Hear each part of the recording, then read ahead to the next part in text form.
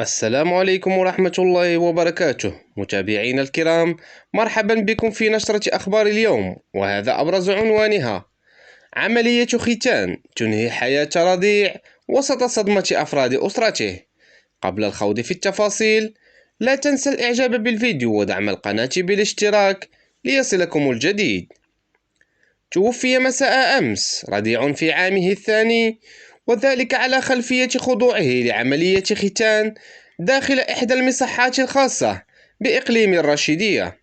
ووفقا لما أوردته مصادر إعلامية، فقد نقل الرضيع الهالك من طرف أفراد أسرته إلى المصحة الاستشفائية المذكورة لإخضاعه لعملية ختان مع تقويم لتشوه خلقي، إلا أنه لفظ أنفاسه الأخيرة أثناء العملية في ظروف يكتنفها الغموض.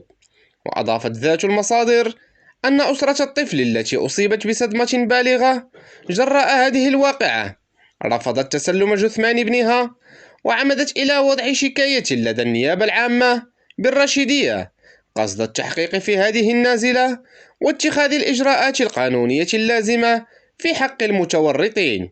هذا وبعد الاطلاع على شكاية الأسرة، أمر الوكيل العام لدى محكمة الاستئناف بالراشدية بإخضاع جثة الرضيع للتشريح الطبي من أجل تحديد أسباب الوفاة والإحاطة بحيثيات هذه الواقعة والظروف المحيطة بها.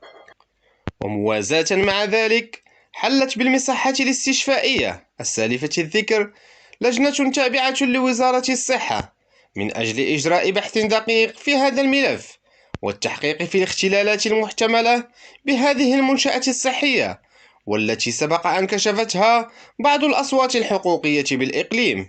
شكرا لكم على حسن المتابعة، وإلى اللقاء.